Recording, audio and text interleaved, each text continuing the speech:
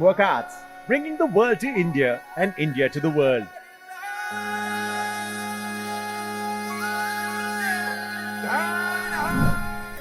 Literature and ideas.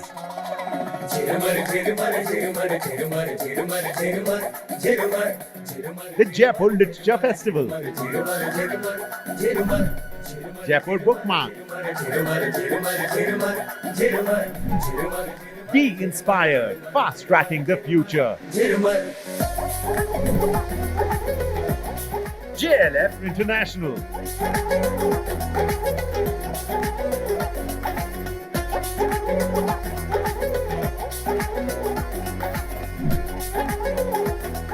Dare to overcome.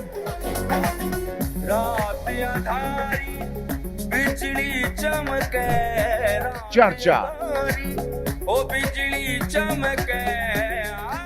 The India series, taking India to the world.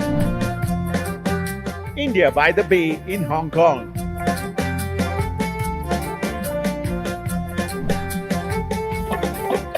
India by the Creek in Dubai.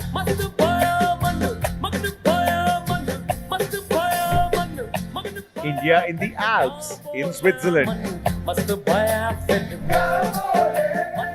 Noor, the Festival of Lights in Dubai.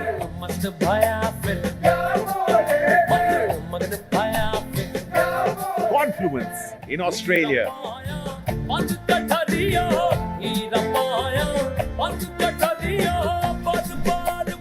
India by the Nile in Egypt. Mind, Body and Soul. Mahindra Kabira Festival in Varanasi.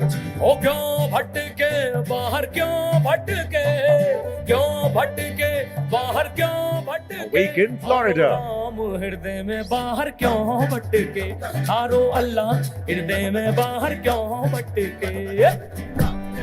The Sacred in Amritsar.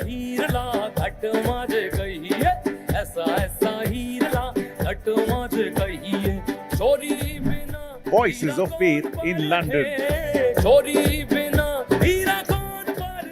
In music, Jaipur Music Stage.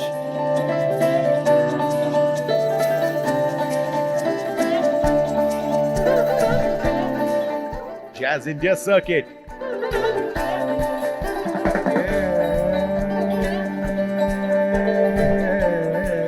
Friends of Music.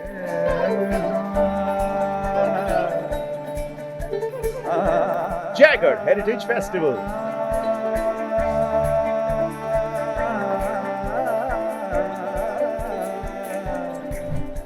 Harley Tales. Art Matters. Theatre and Musicals. Mahindra Excellence in Theatre Awards.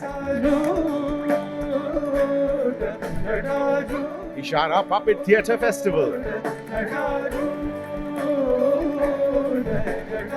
Kahani Festival. Love Story and Bollywood Musical. Guide the Musical. Festival Galas. The Royal Edinburgh Military Tattoo. The Africa Summit. Sydney Opera House. India at 70. The Royal Festival Gala. Teamwork Arts Live Entertainment.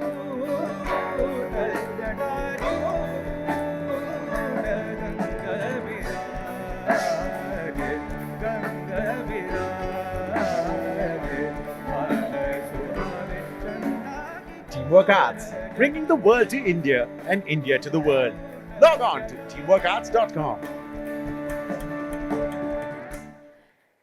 And here we welcome Mr. Sanjoy Roy. And while he joins us on stage, and I'll let him take over. I'm sorry, Sanjoy sir, just to make a quick announcement.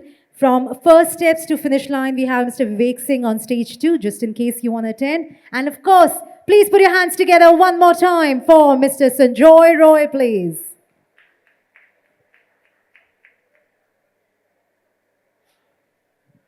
Thank you.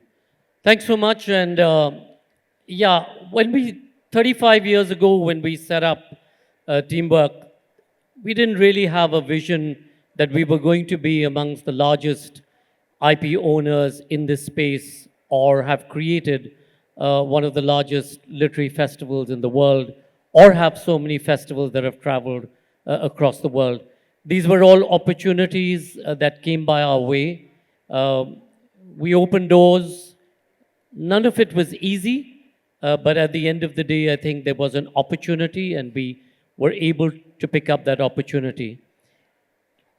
One of the things I thought I could share with you all today is really the financial journey of this sector and our financial journey, in a sense, and what happened. So, while we set up 35 years ago as primarily a television and film company, creating content for all of the television stations that used to be at that point of time, um, it was in 1995 that two of my colleagues came up to me and said, listen, we're brain dead, we can't do this anymore. By 1995, we were doing about 14 or 15 daily or weekly serials, soap operas, game shows, food shows, news programs, etc. Tolmol ke bol, Chuna laga ke, Newsline. And in those days, remember, there was no D&D, and we were shooting at Noida Film City. And you had to wake up at 6, get over here. We had stages in 3 or 4 of the different studios here, and you finished at 11 o'clock and went back. Those were also the days that you actually physically took the video and you couriered it out to Bombay, and then that video was checked and couriered to Kathmandu, which is where it was uplinked. And because my colleague said, listen, we can't do it, I said, okay, let's go back to the arts. Our oldest IP is actually Friends of Music, which we started in 1995. Mohit, my partner, Kanika, and Val started it. And it was a platform that we created where we said no Bollywood and no rock, anything in between. So that's from where Indian Ocean and Mrigya and Silk Route and Mohit Chauhan, all of them emerged. And because it was so successful, we did the same thing in theater. We commissioned new writing, and we did the same thing in dance. People like Aditi Mangaldas and Daksha Sheth and Asta Debu, we said, what is it that you want to do that you've never done before? And we gave them that kind of freedom to do it. And as I started traveling much of the world to lecture or to train people in the arts, one of the things I realized is wasn't seeing anything from India in mainstream venues. And I used to come back to my colleagues and say, hey, why can't we present work in mainstream venues in these places? And that's how the journey began. 1999, 2000, I went to the Edinburgh Festival, was completely blown away at this coming together of incredible diversity, incredible talent, and we created our first platform there in 2000, 2001. As they say, ek baar wo safed thappa lag gaya, the rest is history. Singapore had just set up its offices in Singapore, and they came to us and said, will you come and set up? Singapore invested about $1.3 billion into Singapore's arts economy because they were looking into the future. And they said, why don't you come and set up something here? We set up office in Singapore. And with our setting up the office, the Singapore government had given us $5 million. Remember, this is 1999, 2000. 5 million Singapore dollars was a lot of money.